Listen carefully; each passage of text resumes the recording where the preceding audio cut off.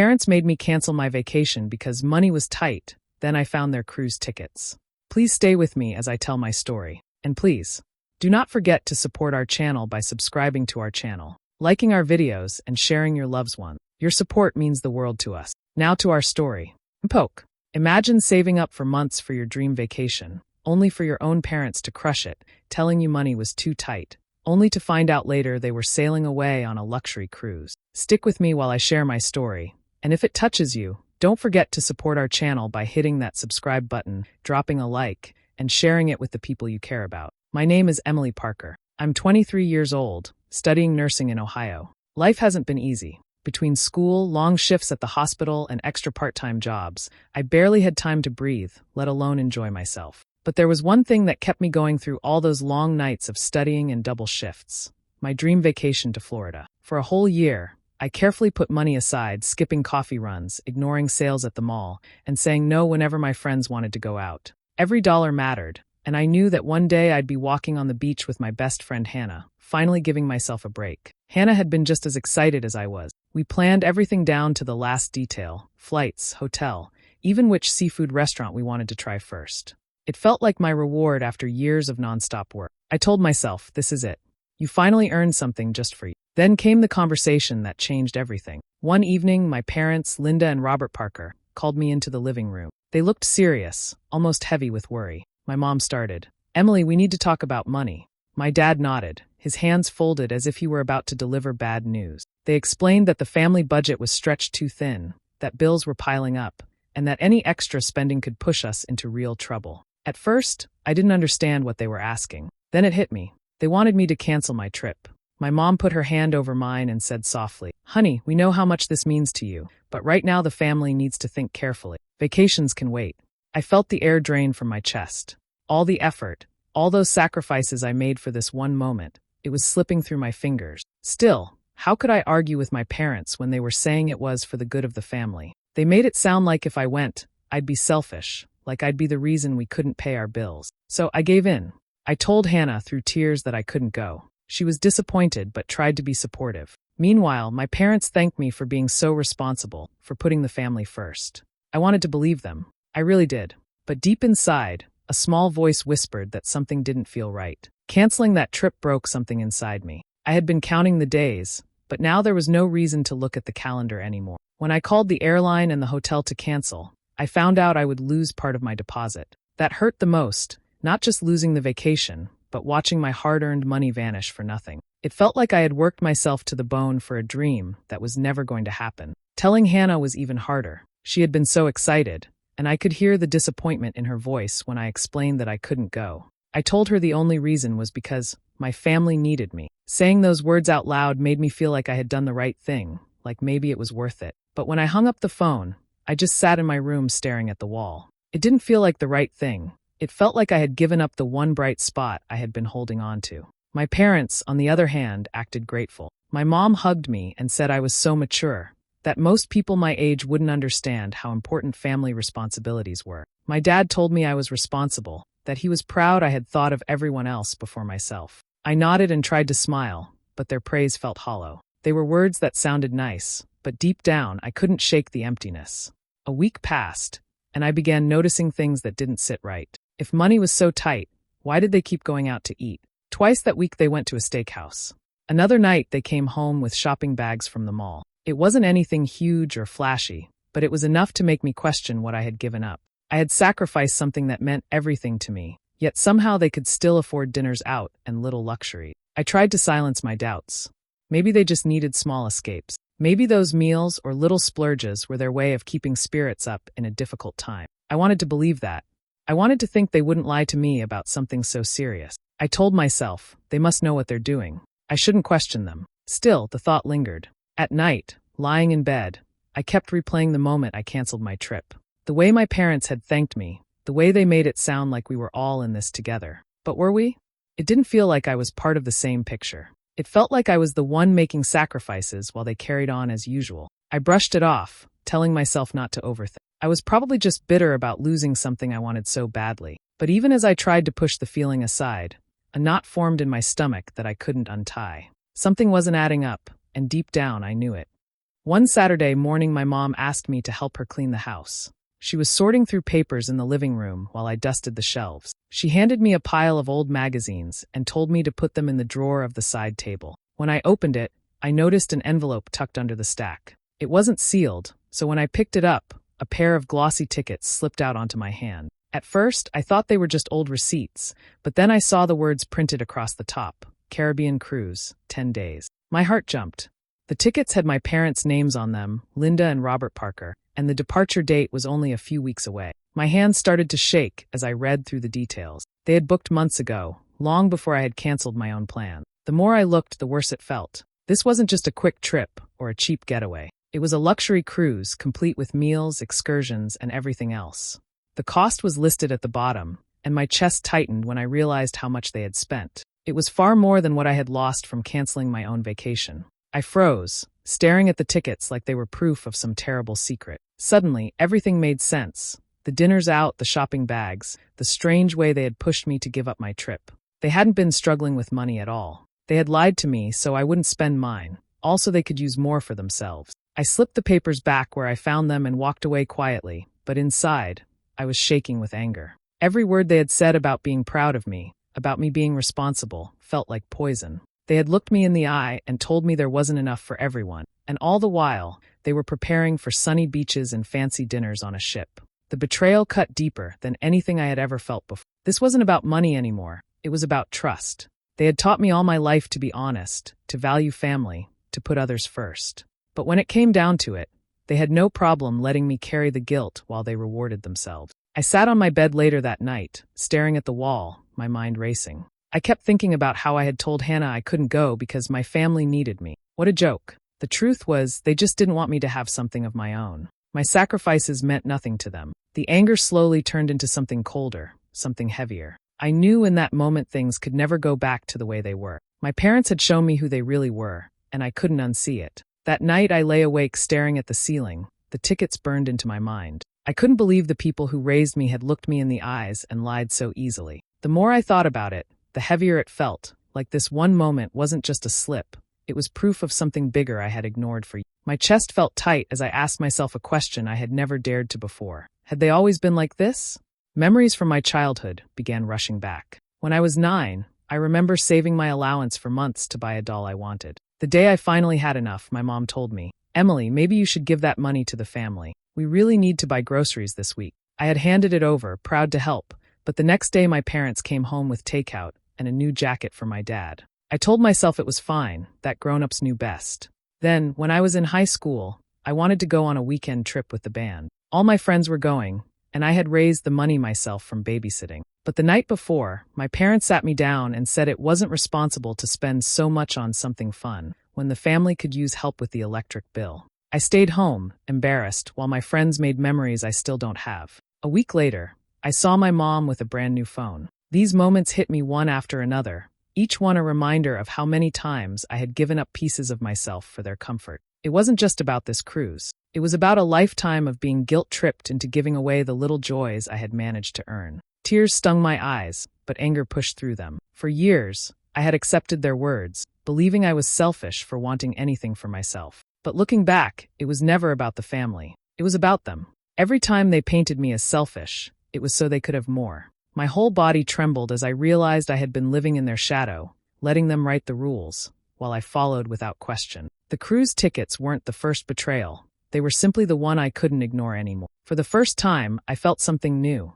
I couldn't let this continue. I couldn't let them take advantage of me again, not after seeing so clearly how little my sacrifices meant to them. Rage and sadness swirled together, but beneath it was something stronger, resolve. I wiped my face and sat up in bed, my hands clenched into fists. If this was the pattern of my life until now, then it was time to break it. They had walked over me long enough. From this moment on, I promised myself things would be different. I didn't say a word about what I found. Around my parents, I acted the same as always, smiling when they spoke and nodding when they told me about bills or groceries. But inside, my thoughts were sharp and heavy. I wasn't going to confront them yet, not until I was ready. One evening, while sitting at my desk, I remembered something that made my stomach twist. For years, whenever I had a part-time job, my parents encouraged me to put money into what they called the Family Emergency Fund. They always said it was important to be prepared, that we all needed to contribute. I trusted them and gave whatever I could, even when it meant skipping things I wanted. Suddenly, I wondered if that money had played a part in their trip. I logged into the account, my heart racing. At first, the numbers didn't make sense.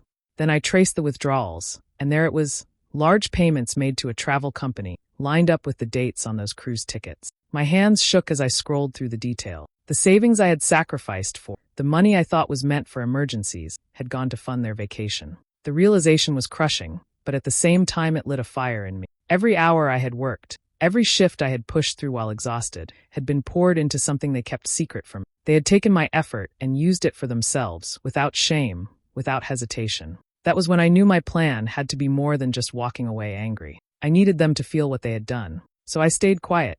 I didn't slam doors, I didn't accuse them, I didn't even let my expression change. If they suspected I knew, they might try to cover their tracks. I wanted them to believe everything was normal, that I was still the trusting daughter they could talk into anything. I smiled when they joked, I cleaned when they asked, and I listened as they mentioned being worried about expenses. Every word they spoke felt like another knife in my back, but I swallowed it down. In my mind, though, I was working. I started thinking about what life could look like without their control. I pictured myself packing my things, leaving this house, and finally being free of their hold. The idea gave me strength. The plan was simple. Let them go on their cruise.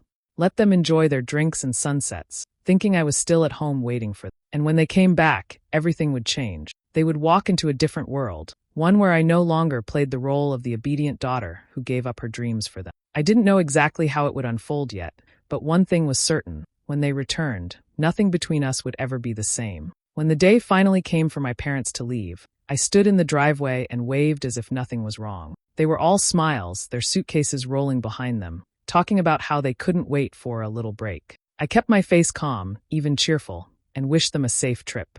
The moment their car disappeared down the street, my smile faded. The silence of the house settled over me, and I let out a long breath. For the next few days, I went about life as if nothing had changed. I cleaned, I studied, I cooked meals, and if neighbors saw me, they probably thought everything was perfectly normal. But behind my bedroom door, I started putting my real plan into motion. I pulled out my suitcases and began folding clothes into neat stacks. I gathered my important papers, my ID, my school documents, my work records, and slipped them into folders I could carry easily. Anything that truly belonged to me went into boxes, while things I didn't care about stayed behind. I wasn't going to take more than I needed, only what would allow me to walk away without looking back. The packing was quiet and steady. Each shirt I folded felt like another step away from the life I had been stuck in. It was slow, careful work, because I didn't want anyone to suspect what I was doing if they happened to stop by. To anyone else, it would have looked like I was simply tidying up. One evening, I sat on my bed staring at my phone. I hadn't told Hannah the truth yet. She had been distant since I canceled our trip, and I couldn't blame her. She thought I had chosen my family over her, and in a way, she was right. I hesitated, afraid she wouldn't want to hear from me. But finally, I dialed her number. Her voice was cold at first. "Emily? What's up?" I swallowed hard and told her everything. The cruise tickets, the money from the emergency fund, the way my parents had lied to me. There was a long pause on the other end, and I braced myself for her judgment. But instead, she sighed. I'm so sorry. I thought you just didn't want to go with me. I had no idea they did that to you." The weight lifted off my chest as I listened to her. Hannah didn't sound angry anymore, just concerned. "You don't deserve that," she said firmly. "If you need somewhere to stay, my door's always open. I mean it. Anytime." Her words brought tears to my eyes. For the first time in weeks, I didn't feel completely alone. Knowing I had her support gave me courage. I hung up the phone and looked around my half-packed room. The plan was real now. Soon, my parents would return to find that the daughter they thought they controlled wasn't waiting for them. When my parents came home, the house filled with the sound of their voices. They carried in their bags, laughing and glowing with excitement. My mom set her suitcase down and started talking about the endless buffets, the music on the ship, and how she'd never seen water so blue. My dad joined in, describing the shows they watched, the beaches they visited, and how this was exactly the kind of bonding we needed. They looked like two people without a care in the world. I sat at the kitchen table, listening quietly. My hands were folded in front of me, steady, even though my chest was tight. I nodded when they showed me pictures on their phones. Smiles with cocktails, dinners at fancy tables, sunsets over the ocean. They were so proud of their adventure, so eager to share every detail, that they didn't notice how still I was. Finally, when their voices slowed and the room grew quiet, I looked at them. "I know," I said softly. They both turned to me, confused. "You know what?" my mom asked. "I know about the tickets. I answered, my voice sharper now. I found them before you left. I know you lied when you told me money was too tight. The color drained from their faces. My dad cleared his throat and tried to recover first. Emily, listen, it's not what you think. It's exactly what I think, I cut in. You made me cancel my plans, lose my money, and you sat there acting like I was doing the right thing. All while you had this cruise already booked. You lied straight to my face. My mom reached out across the table. Sweetheart, we needed this break. We've worked hard our whole lives. You're young. You'll have plenty of chances to travel. This was just something for us. Her words stung worse than if she'd said nothing at all. I pulled my hand back. Plenty of chances? Do you even hear yourselves? I sacrificed something I worked for, something that mattered to me, because you told me the family couldn't afford it. And the truth is, you just didn't want me to have it. You wanted it for yourselves. My dad leaned forward, frustration showing in his eyes. Don't make this bigger than it is. You'll have other vacations. This was just one trip. I shook my head slowly. No, this wasn't just one trip. This was about trust. I gave up something important because I believed you. And now I know every word you said was a lie. The room went silent. For once, neither of them had anything to say. I stood up, my heart pounding, but my voice stayed calm. You wanted me to be responsible. Fine. I'm finally going to be responsible for myself. And that means things are never going back to the way they were. I stood there for a moment, letting the silence stretch between us. Then I finally said the words I had been holding on to for weeks. I've already packed my things. I'm moving out. My mom's face dropped as if I had slapped her. What do you mean moving out? Where are you even going? I'm going to stay with Hannah, I answered, my voice steady. She offered me a place, and I'm taking it. I can't live here anymore, not after everything. My dad's hands tightened into fists on the table. You're being dramatic, Emily. Families have disagreements, but you don't just run away because you're upset. I shook my head slowly. This isn't about being upset. This is about respect. You took what I worked for, you lied, and you expected me to smile through. That's not family. That's betrayal. Before either of them could answer, I reached into my bag and pulled out a folder. Inside was a record of every contribution I had ever made to the so-called emergency fund. I also took back what's mine, I said firmly. Every dollar I put into that account is back in my hands now. I earned that money, and it's not yours to spend anymore. My mom gasped, her voice rising. How dare you? That fund was for the family. You can't just take it. I met her eyes without flinching. I can, because I was the one who gave it. And I trusted you to use it wisely, not to buy yourselves a cruise while telling me to give up what mattered to me. My dad stood, his face red. This is unbelievable. We raised you, gave you everything, and this is how you repay us? You sound ungrateful. I felt a calmness settle over me then, stronger than the anger. Gratitude goes both ways, I said quietly. You wanted me to thank you for raising me, for providing. But did you ever thank me for all the things I gave up? For handing over my savings, for canceling plans, for sacrificing so you could have more? You took it all for granted. And now I'm done. The room was heavy with their disbelief. My mom's eyes glistened, as though she couldn't understand how I could stand there so calmly. My dad shook his head, muttering under his breath about how I'd regret this. But I didn't feel regret. For the first time, I felt free. I picked up my bag, ready to leave. You'll see my room is almost empty. The rest of my boxes are already with Hannah. I didn't want to fight. I just wanted you to know why I'm leaving. They stared at me, speechless, as I walked toward the door. My heart pounded, but I didn't look back. For once, the power was in my hands, not theirs. The first night at Hannah's place felt strange but peaceful. Her apartment was small, just 2 bedrooms and a cozy living room, but to me it felt like freedom. I set my bag down in the corner and realized for the first time in years I wasn't walking on eggshells. There was no one to question how I spent my money, no one to make me feel guilty for wanting something of my own. Within a week, I had moved the rest of my things in. The boxes stacked in Hannah's spare room looked like the start of a new life. I set up my clothes, my books, and the few personal items that mattered most. Every time I unpacked something, it was like removing another layer of weight from my shoulders. Cutting financial ties with my parents was harder in practice, but I did it. I changed my bank accounts, made sure they no longer had any access to my savings, and took full responsibility for my own bills. It was scary, but it was also the kind of independence I had been craving. For once, I wasn't contributing to a family fund that wasn't really for the family at all. Every dollar I earned was mine, and that thought gave me strength. Not long after settling in, I called Hannah into the room with a grin. Guess what? We're going on that trip. She blinked at me in surprise before breaking into a smile. This time, there was no hesitation. I booked the flights and hotel with my own money, paying for both of us in full. There were no strings, no guilt, just the satisfaction of finally doing something for myself. When the day came and we boarded the plane, I felt lighter than I had in months. The trip was everything I hoped it would be. Long walks on the beach, good food, late nights filled with laughter. But more than the memories, it was the freedom that mattered most. I was no longer the girl who canceled her life for someone else's comfort. Meanwhile, my phone lit up constantly with calls from my parents. At first, I ignored them. Then one evening, while sitting on the balcony of our hotel room, I decided to pick up. My mom's voice came through the line, sharp with anger and desperation. "Emily, how could you do this to us?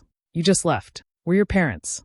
We deserve respect." I listened quietly before answering. My voice was steady even. "This is what happens when you betray someone who trusted you." Then I ended the call. After that, I stopped answering. I didn't need their explanations or excuses anymore. My life was finally my own, and nothing they said could take that away. The silence that followed wasn't empty. It was peace. When I came back from the trip with Hannah, I felt like a different person. It wasn't just because I had fun or finally saw the ocean the way I always dreamed of. It was because I knew I had done it for myself on my own terms. There was no guilt hanging over me, no strings tied to someone else's approval. For the first time in my life, I felt free.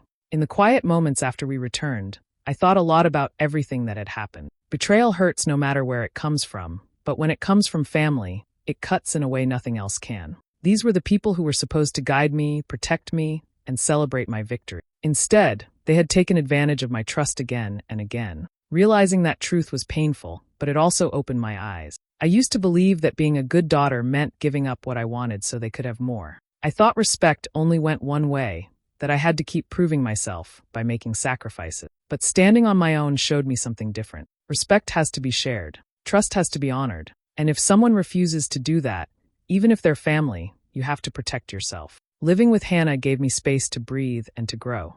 I learned how to manage my own bills, keep track of my savings, and make choices without asking permission. At first, it felt overwhelming to know that every decision rested on me. But soon, that weight turned into strength. I realized I was capable of building a life without their control. The vacation itself became more than just a getaway. Walking along the beach with Hannah, laughing over meals, and exploring new places became symbols of something bigger. Each moment reminded me that my happiness didn't have to be put on hold for anyone else.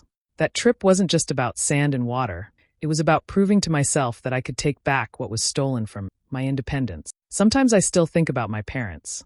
The calls have stopped now, replaced by silence. A part of me wishes things could have been different, that they could have been honest with me. But another part of me knows that holding on to that hope would only drag me back. They made their choices, and so did I. What I gained was more important than what I lost. I found my voice. I set boundaries. I finally learned how to stand up for myself, even when it meant walking away from the people who raised me. I may have lost my parents' trust, but I gained my own, and that's a trade I'll never regret.